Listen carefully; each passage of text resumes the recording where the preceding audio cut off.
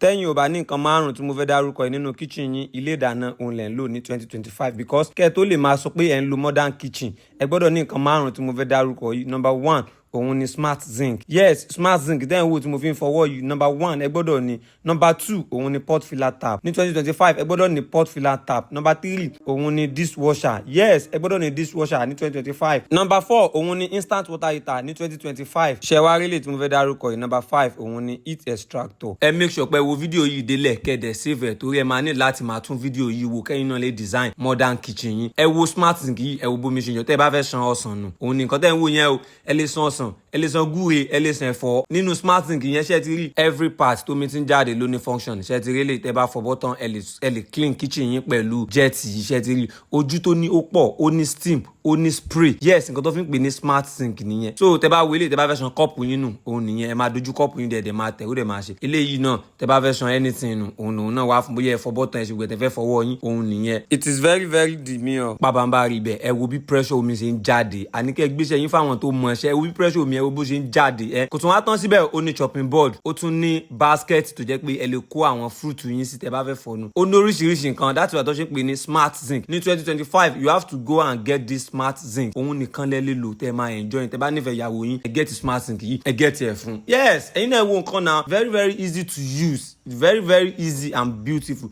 Isn't this beautiful enough? It's very very beautiful. Pot filler nìyẹn kíyàwó yín kó máa ṣe máa gbé pot lọ sí ẹnu táàpù zinc torí pé ẹ fẹ́ fomi sọ́bẹ̀. No, ẹ ní láti lo pot filler yìí in 2025. Look at it, very very easy to use. Kò tún wá tán síbẹ̀ o dishwasher òun lẹ̀ ń wò yẹn. This is 2025 man. You have to have this dishwasher láti complete kitchen setup yín. Gbogbo àwọn nǹkan yìí convert ni. Yes, nǹkan táwọn olówó máa ń fi owó wọn rà nìyẹn, wọ́n máa ń fi ra convert. Ẹlẹ́ẹ̀kẹrin òun ni water heater tẹ́ ń wò yẹn, instant water heater ni. Mo ti sọ nínú many of my video bó tiẹ̀ ṣe ẹ̀ẹ̀mejì lọ́sẹ̀ ẹ ní láti máa da omi tó gbóná sínú zinc waste yín. Number 5 eléyìí tó sì karùn-ún òun ni heat extractor. Olówó olówó it is a must. Yes, necessity ni kò ń ṣe luxury. You have to have heat extractor nínú kitchen yín tó bá jẹ́ pé ẹ̀ ń dáná. Ẹ ṣé tẹ́ ń follow mi kí lẹ́yìn òròpó tún yẹ kó wà nínú kitchen.